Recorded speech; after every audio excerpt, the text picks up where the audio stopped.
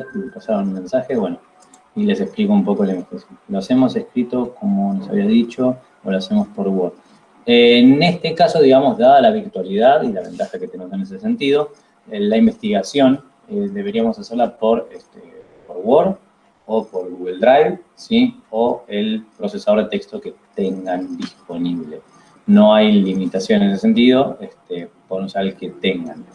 Recomiendo, por una cuestión de seguridad, el Drive, ¿sí? A través del Google Docs. Por lo siguiente, están en su casa, se corta la luz, Word guarda automáticamente cada determinado tiempo.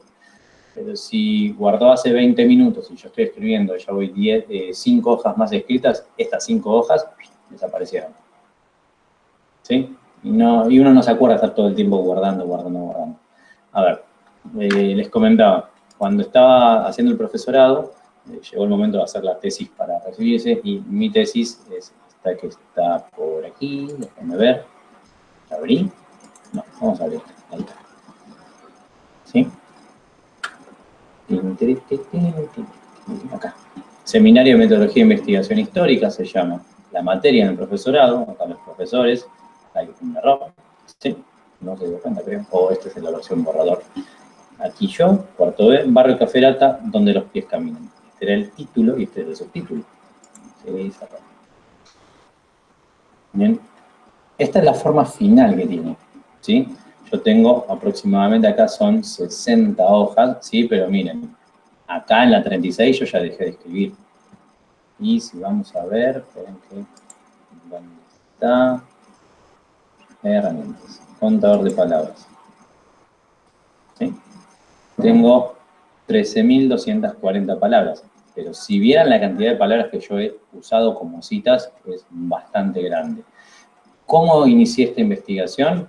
Como les dije, profesorado de historia más mi trayecto de voluntariado hacía ver el tema de la crisis habitacional en la ciudad de Buenos Aires. Uno dirá, bueno, pero este barrio así paquetón no parece tener tanta crisis habitacional. Es que ese barrio es en respuesta a algo. ¿Cuál es el mínimo para hacer de tesis, profe, de palabras? El mínimo es 4.000 palabras, son aproximadamente 10 hojas, pero recuerden lo siguiente, vean acá, voy a agarrar una hoja al azar, ¿sí? Esto que es una cita de autor, que acá ya en el prólogo lo puse, ya son palabras que me las cuentan. O sea, no son 4.000 palabras netamente de ustedes. Se cuenta todo. Las citas de autor más lo de ustedes. Entonces ahí ya es como que uno va descontando palabras, ¿sí? No hace falta escribir las 4.000, ¿sí? Acá, digamos, es una cita de un señor que se llama Muhammad Yunus, dice discurso de aceptación del premio de ayuda a la autoayuda en Oslo del 97. Este señor Yunus en la India creó un banco, que es el Banco de los Pobres. Estando en techo me interesé un poco y lo que ocurría en la India era que, al igual que acá, los pobres no acceden al crédito, ¿sí? De hecho, ¿cómo funciona el sistema crediticio? Vos tenés que llevar, presentar un aval de que sos una persona que trabaja o que tiene ingresos para poder obtener un crédito.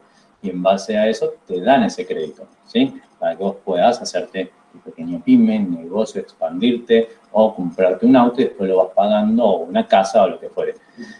Aunque las tasas, esa es otra historia para contar, son demasiado altas. Pero dicen, no, bueno, la economía es inestable. Yo no tengo la culpa de eso. Yo no, en pesos. Pero bueno, en fin. La cuestión ahí es que este señor Muhammad Yunus notaba que los créditos que también que se pedían de parte de los sectores bajos, o sea, que uno diría los pobres, que van a los bancos a pedir créditos, no eran créditos extremadamente altos. Por ahí era un crédito para decir, mirá, necesito en vez de tener una bolsa de harina para hacer churros, que es lo que puedo comprar con lo que vendo a diario y no me da para más, y necesito comprar 3 bolsas de harina, o sea, 2 más. Un crédito de, no sé, 500 pesos para 2 bolsas de harina. Y le decían que no. Y dijo, oh, pará.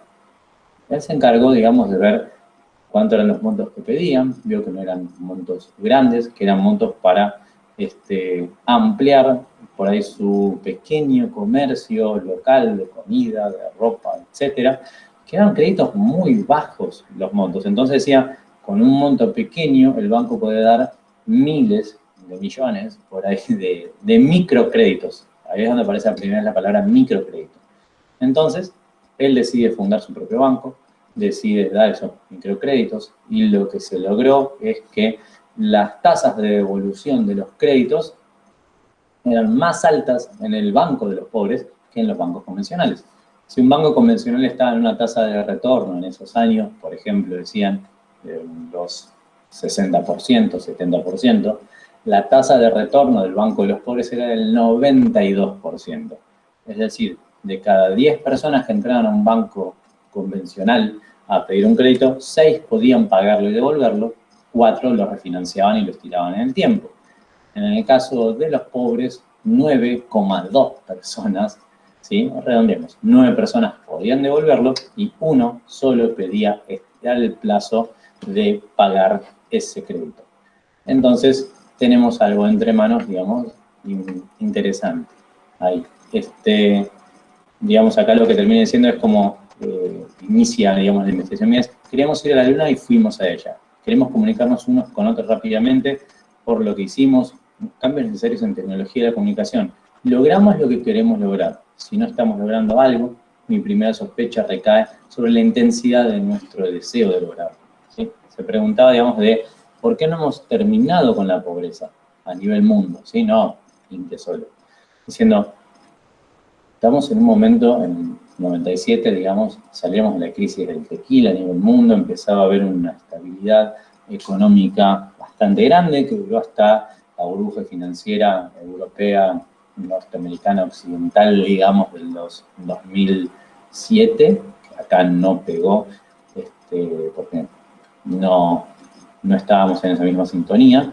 Entonces, la crítica de este persona es como decir, estamos en bonanza económica, ¿sí? ¿Por qué no están bajando las tasas de desempleo? ¿Por qué no están subiendo las condiciones de vida? ¿Sí? Digamos, la pobreza no se mide solo con el acceso a la riqueza o la distribución de la misma, ¿sí? La pobreza también se mide por, a ver si está mapeado, a ver si puedo ir a un barrio.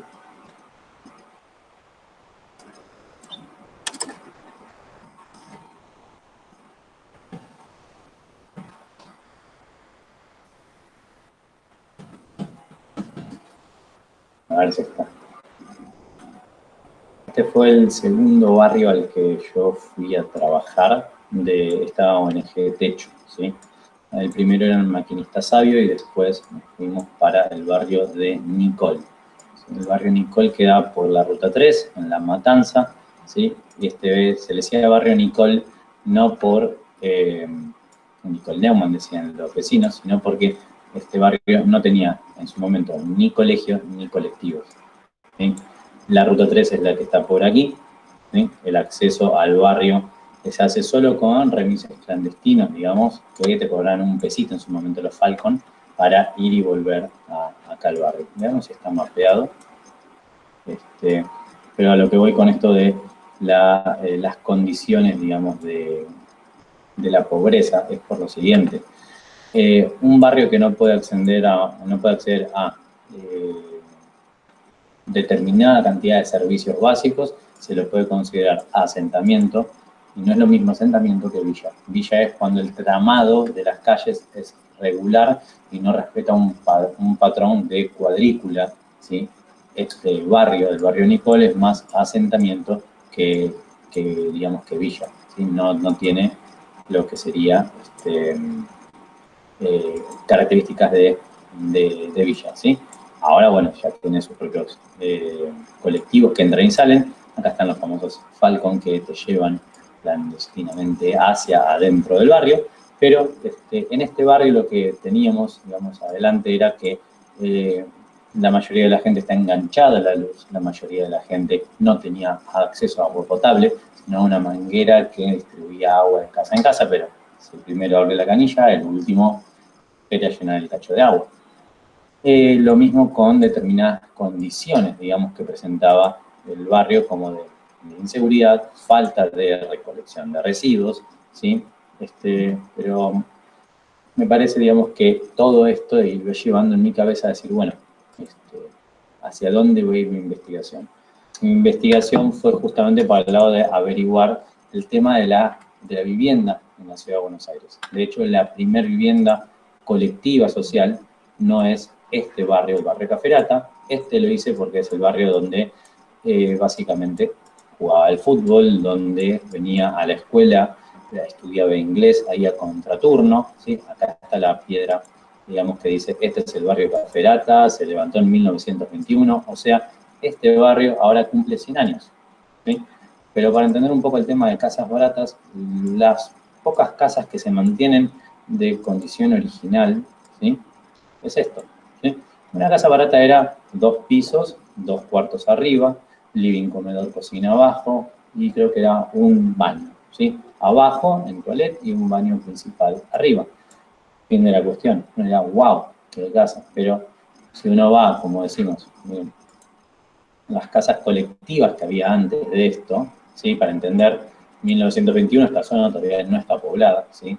Para el año 1910, lo que es Azcoiti y Rivadavia, recién estaba empezando a tener el tendido eléctrico del tranvía, estamos hablando de acá, 1910, perdón, 10 años más todavía. Pero para entender, digamos, las condiciones de vida, digamos, que hubo en su momento, a ver acá, casa, chorizo,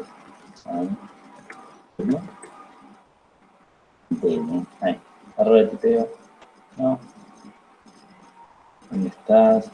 Pasaje de defensa con Juan. Acá, pasaje de defensa. Dice. Imagínense que donde esto era antes una casa de una persona, ahora en cada cuarto de acá vive o una familia o alberga a 5 o 6 inmigrantes, ¿sí? Esta casa es de 2 pisos y se corresponde a lo que eran las antiguas casas chorizo, donde hay un patio principal, uno del medio y el fondo eran antes de la servidumbre. Pero cuando hubo una crisis de cólera en Argentina y de fiebre amarilla, todas estas personas se desplazaron de la zona sur de la capital a lo que es la zona de la Plaza San Martín y alrededores, ¿sí? A partir de lo del cólera también se empieza a planificar el tema de la distribución de agua potable, que el icono más grande de todo esto, del agua potable, esperen que tengo que ubicarme, Avenida Córdoba, Tiquín, ¿está? Igual, Callao, bien. Estas Corrientes, acá, acá. El famoso Palacio de Aguas. Este es el primer palacio de aguas que se hace en la Argentina, todo importado desde Inglaterra, pieza por pieza, es un rompecabezas, tienen su número, ¿sí? Esto permitió potabilizar todo el agua del río de la Plata para toda la ciudad de Buenos Aires, para la capital federal en sí en su momento. Luego se hacen otros depósitos, uno en Devoto, otro en la zona de Caballito, para potabilizar más agua a esta población creciente. Pero, de nuevo, lo interesante de ver con la investigación es que el que lleva adelante el impulso de la ley Caferata, ¿sí? De ley de casas baratas, lo hace una persona del Partido Conservador, ¿sí? Uno dirá, no, bueno, ley de casas obreras, arriba los proletarios del mundo, toda esa cosa, no, no es fácil. Lo lleva adelante una persona del partido de derecha, se podría decir, y ve de impulsar este sistema de barrio de casas baratas. Yo empecé a buscar barrio Caferata, después digamos, acá en el prólogo lo que hago es un poco el inicio también de explicar cómo fue esto. Pero bueno, qué investigar, donde busco información, qué hacer. En su momento yo había querido averiguar justamente sobre el Parque Chacabuco, como menciona ahí, ¿sí?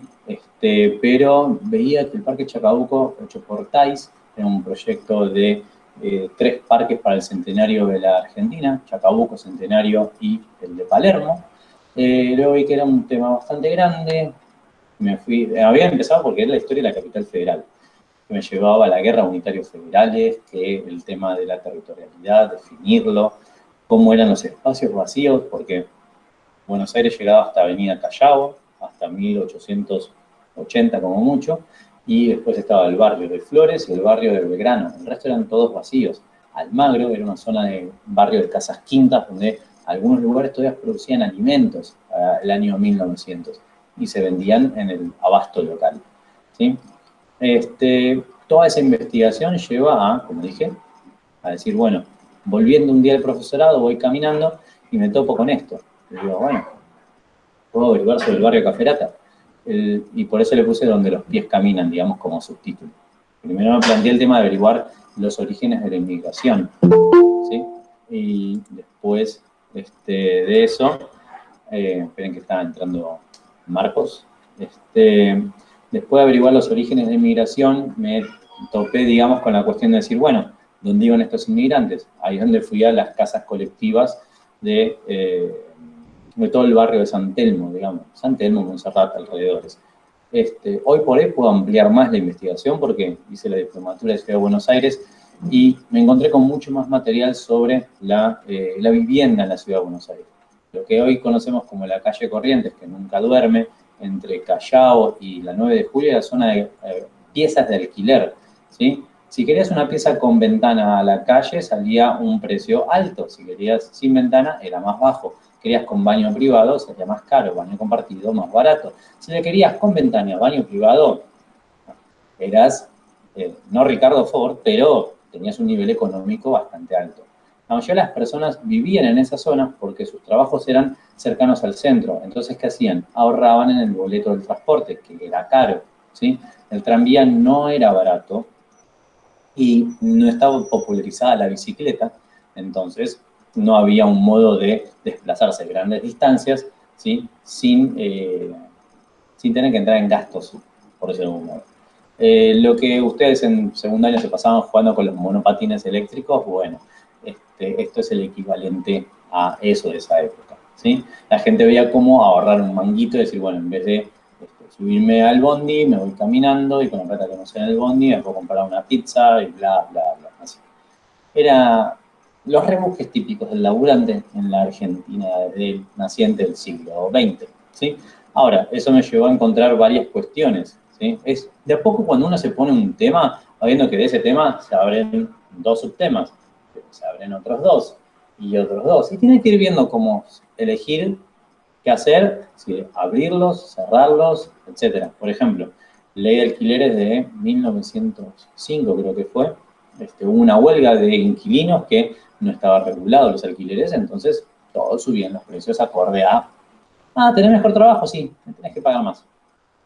No había contratos, entonces hoy llegabas, tu llave abría, mañana llegabas, tu llave no abría, porque conseguía alguien que paga más que vos, entonces a vos te saqué las cosas a la calle.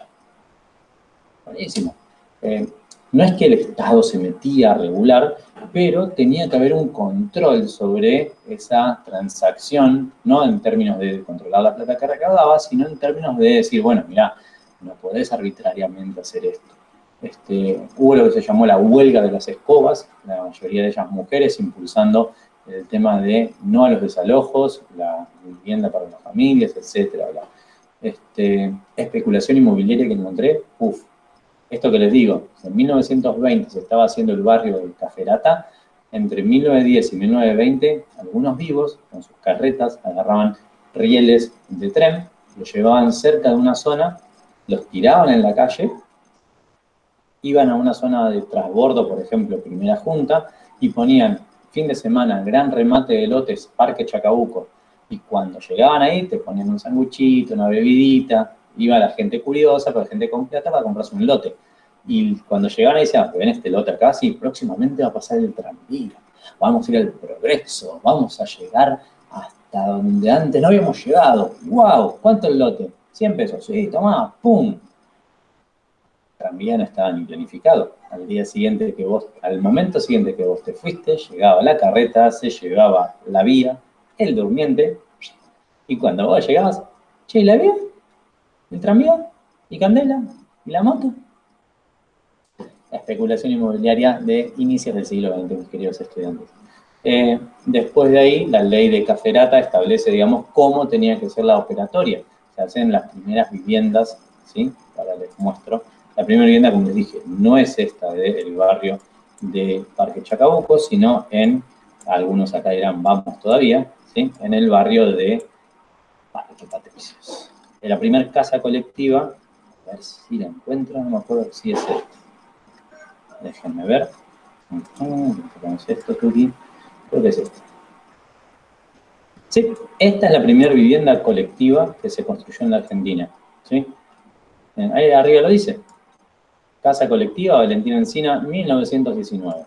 ¿Cómo se financiaba esto? Es lo siguiente que contaré. Pero todas las cosas que fui encontrando eran increíbles. ¿Sí? Dentro de acá son viviendas de también 3 cuartos para arriba, así como tenemos esta, también tenemos otro ejemplo que es en la zona de Villa Crespo, cerca de nuestro colegio, hay otra vivienda colectiva, acá está la Chacarita y el otro vivienda colectiva corresponde aquí, ¿sí? También hay que ver lo siguiente, si bien es el Partido Conservador el que impulsa esto, ¿sí? Esta ley, ¿sí? El partido que gobierna son los radicales, ¿sí?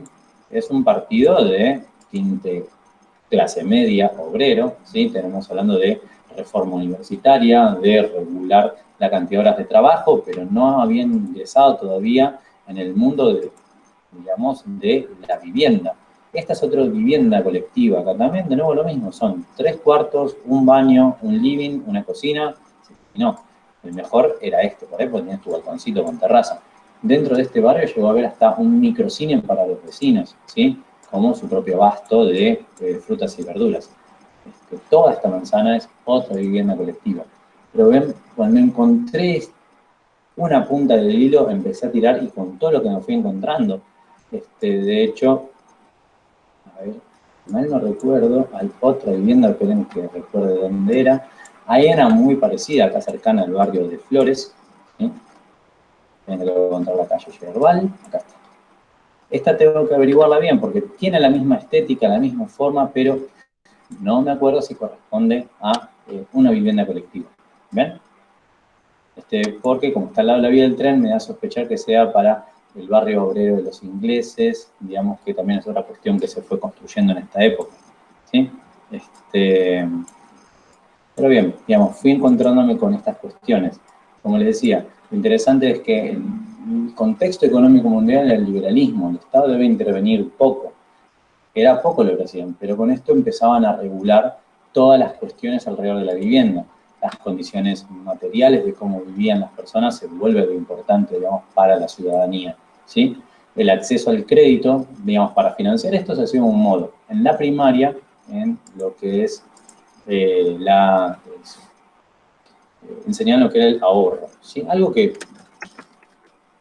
no parece ser muy vigente hoy, ¿no? Caja de Ahorro Nacional Postal. Hoy se conoce como Seguros La Caja, porque fue privatizado en los 90, ¿sí? Por el neoliberalismo, que no es lo mismo que el liberalismo. La Caja de Ahorro Postal, a los chicos en primaria, les daban esta libreta de ahorro, ¿sí? En la cual iban pegando sellos postales, o sea, iban pagando el correo argentino, el valor de cada estampilla, e iban ahorrando. Una vez que completaban la libreta, accedías a determinadas cuestiones. En el caso de los trabajadores que accedían a esta libreta de ahorro, podían acceder al pago de una casa, de una cuota mensual, etc. En el caso de Córdoba, por ejemplo, esta caja de ahorro postal, a los chicos de escuela técnica se la daba esa libreta, iban a hacer pasantías en el peronismo, vale la pena decirlo. Los chicos de escuela técnica iban a una fábrica que se llamaba IAME, Industria Aeronáutica Mecánica del Estado, y trabajaban haciendo pasantías. No se les pagaba, se les iba llenando con sellitos la libreta de ahorro postal. Este aquí el detalle. Cuando terminaban sexto año, a los chicos de la escuela técnica, todos salían y en la puerta del colegio, imagínense en la puerta de la Avellaneda, paradas ahí, lo siguiente.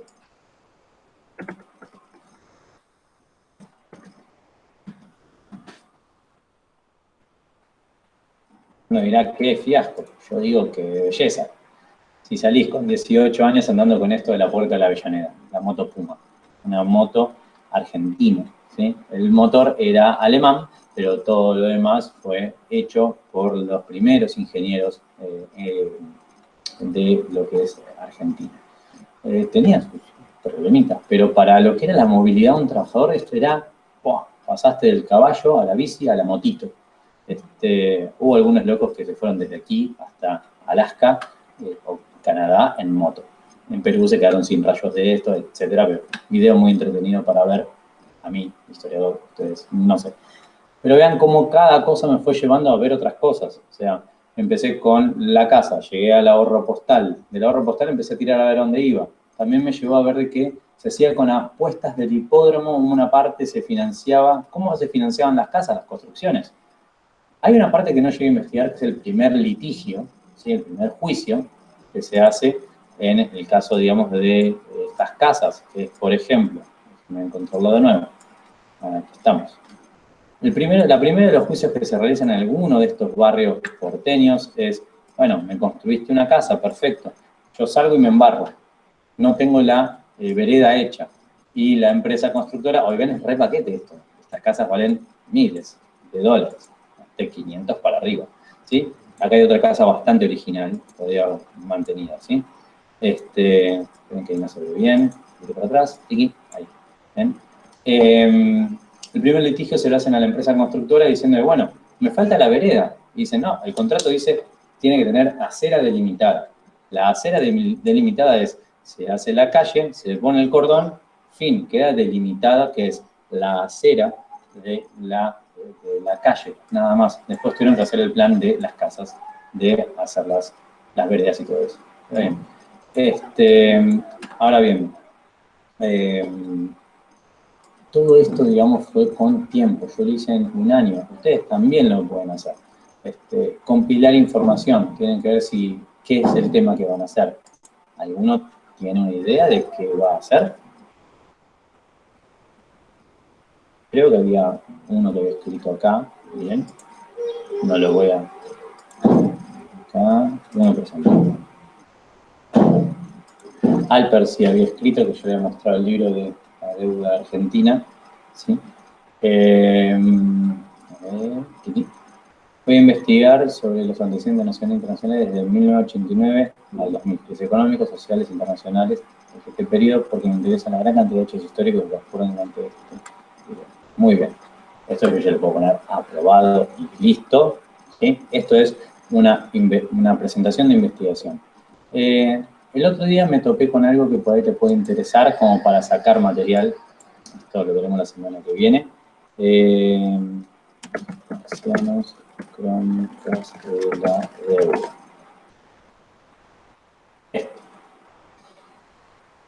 Marcianos, cronología de la deuda externa argentina. Son simpáticos. Te hablan de la deuda porque es como que son los marcianos, vienen al apocalipsis argentino y encuentran a un economista que empieza a explicarle cómo es que se llegó al apocalipsis en Argentina. Económico, político, social. ¿Sí? Ahora, bueno, hay que ir viendo los capítulos que vos quieras cortar y seleccionar, ¿sí? En este caso. Pero de nuevo, lo mismo. Todos los libros tienen una parte muy importante para ustedes. Esperen que aquí. ¿Sí? Era, bueno, libro. ¿Sí? Esto que ya poco se usa. Pero lo interesante por ahí de a veces ponerle, yo no tengo nada, como lo digo siempre, en contra de Piña. Piña es pochoclero, está bueno, entretiene. Lo interesante tanto de Piña como de los libros es después venir a la parte de acá atrás. Ustedes también van a tener que hacer, sorpresa, que se llama bibliografía. ¿Sí? Y a veces es buscar estos autores para leerlos, puede sumar más que solo el extracto de lo que puso el autor acá. Porque el autor acá pone lo que él quiere poner, el recorte que hace cada uno. ¿Sí? Cada uno de ustedes va a hacer un recorte de lo que quieran hablar. ¿Sí? Tendrán que encontrar lo que quieran, ¿sí? Me han presentado trabajos bien variados, variopintos. Tengo la historia de Samsung, la historia de la primera computadora en Argentina, ¿sí? De barrios, como hice yo, así. Total, no es escribir mucho, o sea, yo porque me amplié y me requirieron tener más de 40 hojas. Yo estoy pidiendo que lleguen a 10 hojas como mucho. Miren. A ver, vamos a ir a la hoja 10. No, para más seguridad vamos hasta acá, hasta la 12. ¿Sí? Hasta la 12. Pobrecito, qué relatura. Sí, lo dije, no me importa. Yo me volví antes Rosy, tenés razón, pero bueno, nunca tricampeonato. ¿Qué cosa? ¿No? formato, herramientas, acá, contar palabras. 11 de 68, palabras, acá tengo 2000 palabras, ¿sí? O sea, si tengo que sumar un poquito más de hojas para ver cuánto se llega a las 4000 palabras. Pero vean, esto cuenta las palabras, o sea, no es que, uy, tengo que escribir un montón. Un índice suma palabras, o sea, si por ahí tienen 3900 palabras con todo escrito, digan, no pasa nada, porque pasa lo siguiente, es lo que se llama, digamos, choreo, por decirlo de algún modo, inocente, pero lo siguiente, si hacen un índice después de los documentos utilizados, son palabras que se suman. Si hacen, copian una ley, como yo copié para mostrar, la ley Avellaneda en ningún momento dice que vos sos dueño de la tierra que venís acá a la Argentina, en tal lado, tal otro, estas palabras se te suman también. Y si haces la bibliografía, esperen que ya llegamos, los anexos documentales te suman las palabras también. Y, no, la bibliografía está al final, entonces. Sí, es lo lógico. La bibliografía también te suma, digamos, acá. Bueno, acá tengo la bibliografía, suma todas estas palabras. O sea, al fin y al cabo, por ahí con que escriban 3500 palabras, por ahí después, la carátula, el índice, el prólogo, la bibliografía, anexos documentales que sean leyes que ustedes transcriban, van a sumar más de 500 palabras y entonces se dispara para arriba. Lo que sí aclaré es que si el trabajo lo van a hacer en grupo, deban hacerlo más de 4000 palabras, ¿sí? Porque si dicen, bueno, lo hacemos entre 4, bueno, les voy a pedir 6000 palabras, o sea, 1500 palabras a cada uno. O sea, vean cómo bajé, en vez de 4000, 1500. Pero eso hace que la investigación sea más grande. Ahí es donde ustedes tienen que ponerse de acuerdo en el grupo que quieren tener, qué van a investigar, y una vez que lo investigan, quién escribe cada parte, ¿sí?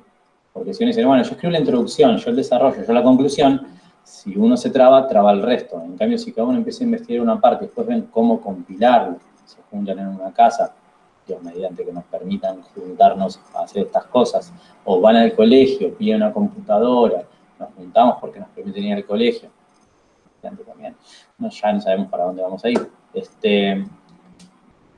tienen que ver cómo ir armándolo. Mi mayor trabajo no fue encontrar, digamos, el material, eso fue fácil, empecé a tirar un poquito, empezó a aparecer una ley por acá, una ley por allá,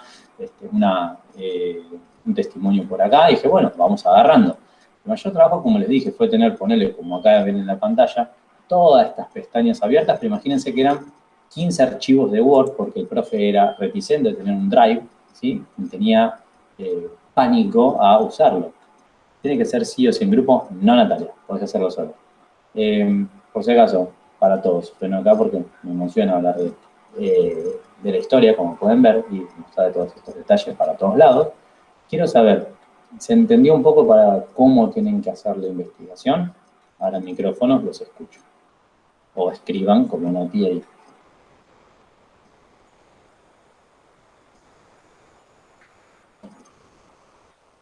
Bien. Sí, lo que yo quiero saber es si hay instancias, porque por lo que habías explicado, a principio de año era como antes de las vacaciones iba a haber una instancia que íbamos a hacer tal cosa y después tal otra, pero no sé ahora cómo.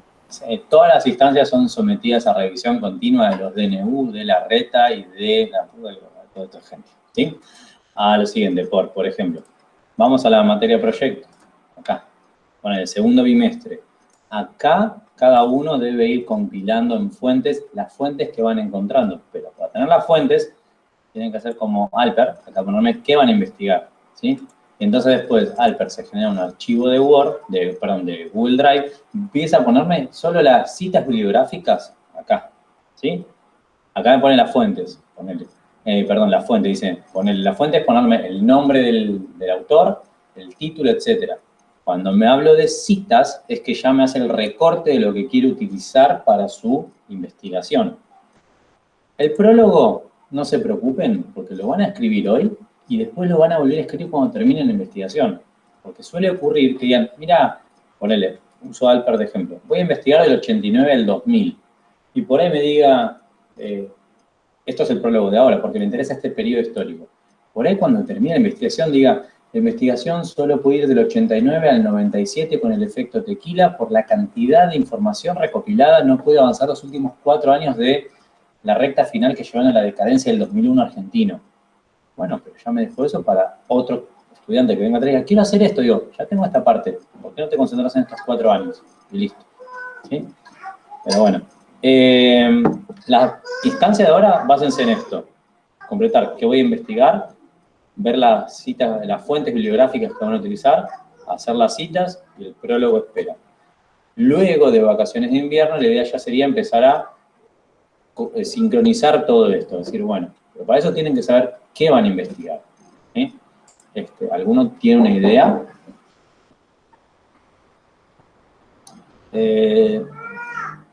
Damián, no sé qué tema elegir. Los temas son abiertos. Hay gente que escribe sobre clubes de fútbol, sobre el estadio River Plate, etc. O sea, no hay mucha vuelta con respecto a eso. Chicos, un minuto, que ahí vengo. Sí. Dale, te escucho, Marcos.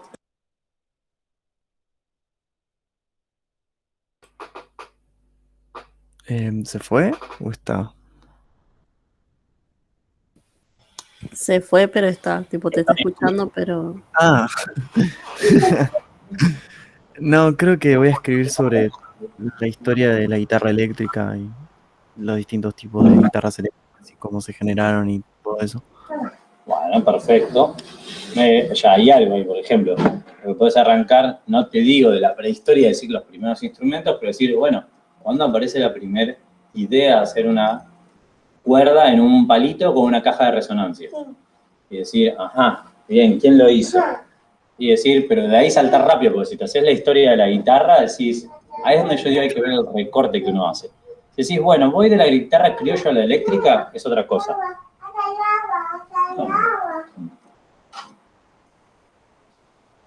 Por ahí hay que ver, una vez poniendo lo que quieren estudiar, así ponerle Marcos, ponerle, escribirme ahora ahí en lo de el aula virtual, entré y generate un archivo de Word acá, y ¿qué voy a investigar? Podés poner, voy a investigar el paso de la guitarra criolla del siglo XIX a la eléctrica en el siglo XX. Y el recorte ya te marca un montón. Y por ahí decir, y avanzar sobre las variantes de la guitarra eléctrica. Fin, ya está. Hemos terminado en ese modo, ¿sí? Así de hermoso, chiquito y conciso, ¿ven? Porque, ponele, a mí me pasó cuando dije, voy a hacer la historia de Capital Federal. Bueno, ¿cuándo arranca el Capital Federal? El Capital Federal es desde 1880 en adelante. Antes era la aldea de Buenos Aires, luego fue la ciudad de Buenos Aires, luego pasó a ser la capital federal, luego la ciudad autónoma. Y todos esos pasos históricos es una cantidad de lectura que en un año no llegaba. Así que tuve que achicar a lo que más pude. ¿Alguien más tiene más o menos una idea? Marcos, ¿te sirvió lo que dije? Sí. Perfecto. Qué alivio. Disculpen, pero apagué la cámara porque podrán escuchar de fondo a mi niño y no quiero de nuevo que YouTube me diga, ¡ajá! ¡Un menor! Y censure todo. Así que por eso fue que apagué la cámara. El micrófono fue un segundo porque estaba gritando como loquito. Pero ya está tranquilo. De algún club de fútbol tipo Huracán voy a hacer. Damián, creo que tenés que hablar con, ¿cómo es? Ahí, este muchacho. ¿No vas? Ay, ¿se me fue el nombre? Hostias. Bueno, ya te lo muestro. Ah, miren, acá veo quién entró y quién no entró al aula. Ajá. Hay un montón que están re desaparecidos, eso me preocupa. Pero bueno. Porque creo que hay otra persona que también me escribió sobre Huracán, que es como decía, el señor Novas. Entonces, puede ser que si se complementan entre los dos, pues le digo, bueno, también 6.000 palabras. ¿Sí? Pero 6.000 palabras es menos porque es 3.000 cada uno. Uno puede hacer la historia de cómo Huracán empezó a construir el estadio, el otro cómo es el estadio, si hay un plan de expandir, cambiar, etc. ¿Sí? Bueno, sí, es Huracán, está bien, lo siento. Ahí está. alguno... A ver, Dami, escribí sobre el román. Sobre el román. Tristelme, no, pobrecito. Todavía no tiene un tricampeonato. Tricampeonato se considera el a Pero mí. tiene 7 Libertadores, profe. Sí, pero. De Román. River, ¿cuántas tiene? Estamos más No cerca. juega en la selección porque es un cagón. La mamá no lo deja.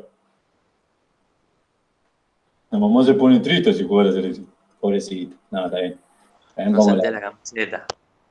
No, pero bueno. Está bien, tienen 6 o 7 Libertadores. Bueno, River tiene 5. Está más cerca de lograr la sexta. Estuvo más cerca de la sexta que Boca de la octava. Sí, River hace goles, hijo. Muy bien. Bien. River tiene 4, no 5. Mala mía, pero nosotros estamos más cerca siempre que ellos. Que Boca siga como Pepe el Antiguo festejando sus títulos pasados de los 2000 al 2010, que ya estamos en 2021, dicen que pasaron 11 años. Pero bueno, dejemos eso para otro momento histórico. Ahora bien. El proyecto va a ser de Boca. Bueno, hacerlo no hay ningún problema. Fíjate cómo va el proyecto del tema del Estadio 360, que creo que se suspendió de nuevo, etc. Pero nada, bien. Ya estamos en hora, no se guíen por este relojito de acá abajo, yo tengo 29, o sea que nada, por hoy quería hablar de proyecto con ustedes, así que creo que es un buen momento para ir cerrando acá la grabación. Sí. Igual esto ahora después lo subo en el canal de YouTube, no lo van a ver obviamente, pero cosa que digan, no sé qué